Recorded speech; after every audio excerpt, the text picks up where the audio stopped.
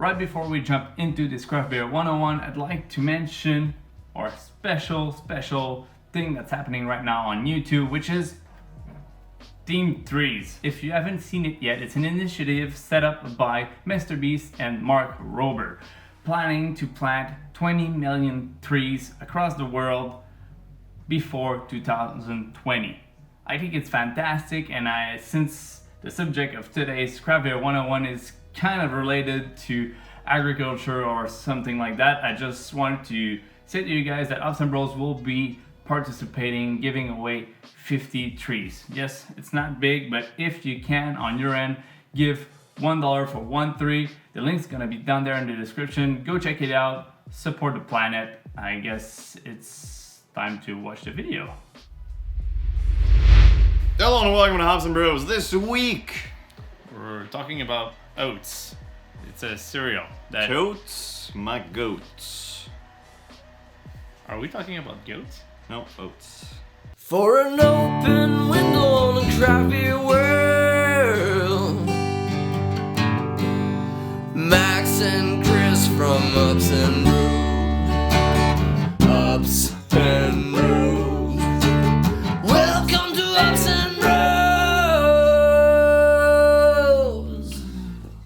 Alright, so before we start the video, as you know, and I've been saying that for a few weeks, and I've just realized that a lot of our videos are actually watched way after the date we actually produce them, so this might not be relevant for you if you're watching from the future, but we've got shirts. It's the Hops and Bros logo shirts with an awesome drawing by David Buse on the back. Big fan of those shirts. I'm not wearing mine right now, but as you can see, I wear a V-neck. I'm more of a V-neck guy. You wore it last night, so I did, fine. yeah. And it was messy. Yeah, it's it always got messy. dirty. It got dirty very fast. Always does. Always does, Chris. Dirty Max. So yes, our t-shirts, a lot of different forms, a lot of different styles. Click on the link down there, find the style you like, find the shipping address you like, and ship it to your friend if you want. You don't have to buy it for one you. for the love of your life. Exactly, right? Buy one for the love of your life, and yeah, why not, right? I don't know, maybe they like Hops and Bros. They all do. Maybe. Yeah. I'm assuming most of them don't. So oats. Today we're doing oats. Chris, where the oats come from? What's up with oats? I'll start with a fun fact about oats. Okay. Is there fun facts about oats? Because when I was a kid, oats was just the thing you had for breakfast, and it was the most boring breakfast ever. Now that I drink beer, I'm like, oats, cool. I enjoy oats so much. That's why I'm excited about that. I eat oats every single morning. I love them. I do the classic oatmeal, or I go with overnight oats. Like, it's crazy good. No one likes them, but I like them. It's just a boring food. No, it's actually good. But main reason I guess why it's boring is because the taste isn't that much of an entitling or very fun to try. Usually you need to spice it up or whatever, but that's not what I want to talk about it today. Oats, Canada is one of the biggest world producer of oats. No way! Producing 3 million tons per year. That's a lot of oats. Yes. Way far behind Europe, which is, I think it's 8 million tons of oats. Yeah, but of what I understand, oats actually grow in a colder climate. Exactly. Yeah, okay. That's why it works perfectly for Europe, Canada, Finland, all the Nordic countries. Iceland grows some oats too because it's perfect, and also it can grow all year round. Nice. So it's a crop that you can plant basically in autumn and kind of like build your year around it, and you're not affected by the surroundings. Not even snow?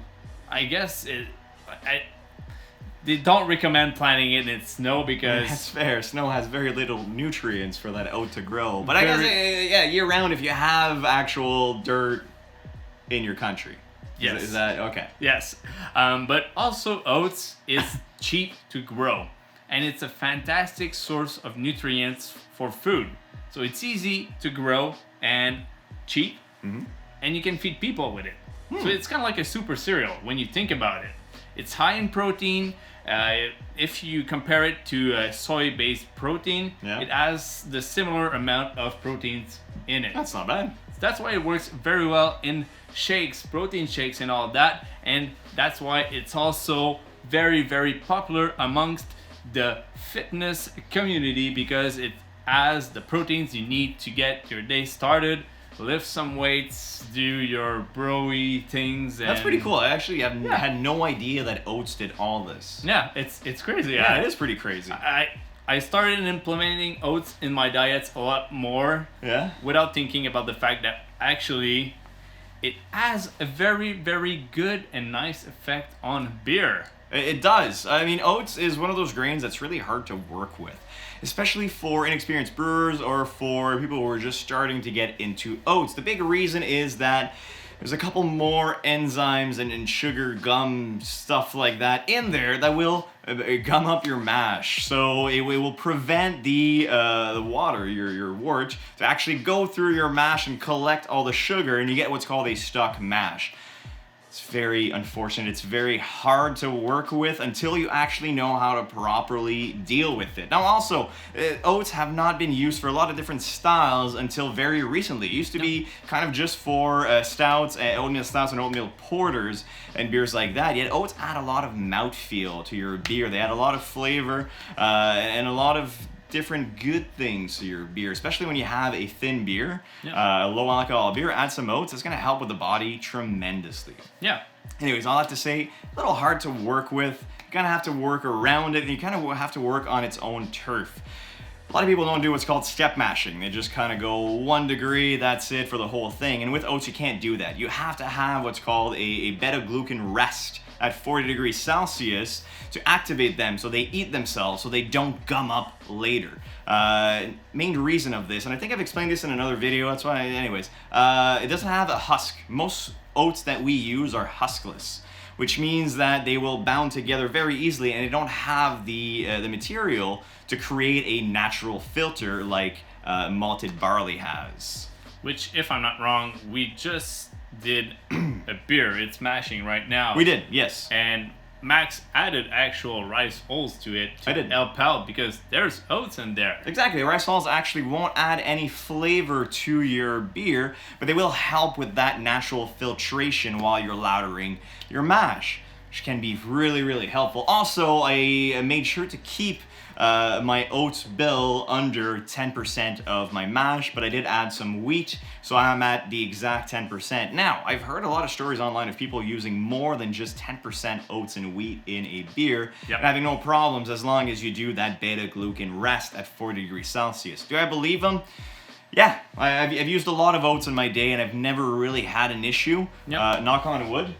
Because we're using oats right now. But yeah, oats, great. Yeah. I use them in almost all my beers. Regardless of what I'm doing, there's gonna be wheat in my beers. There might be some oats. I like the feel that it gives to beer. I think you have, it's like a cool trick to create the mouthfeel behind your beer. The Ops and Bros Harvest Ale, the version 3, add oats to it, and compared to all the other versions that we had, the only other two versions that we did. Yeah, this is 3 versions. It's pretty good. It's pretty impressive, yeah. It add all that mouthfeel. And if I think back, all the oat beers or oatmeal stouts, St. Ambroise one is an oatmeal stout and always has that nice thick mouthfeel. It's creamy. And I think Buck Canada did also some sort of oatmeal pale ale that was very intense. It was called oatmeal in French, so gruau. Very, very, very low effervescence, no head at all, but hoppy and very mellowy on the mouthfeel, which I think it's cool to experiment with those cereals, and also the fact that we grow a lot of them here in Canada. I think it represents some sort of little pride of using our own cereals that grows on our own soil. 100%, and I mean, beer is only 4 ingredients, so every single ingredient you put in there and every process that ingredient has gone through is extremely important. It's going to affect the end result in a myriad of different ways that you have to play with. As a brewer, it's kind of in your wheelhouse. Yeah. So anyways, we got to get back to this mash because, we're getting there. So if you like the video, please click the like button, share with your friends, tell your loved one that you love this show.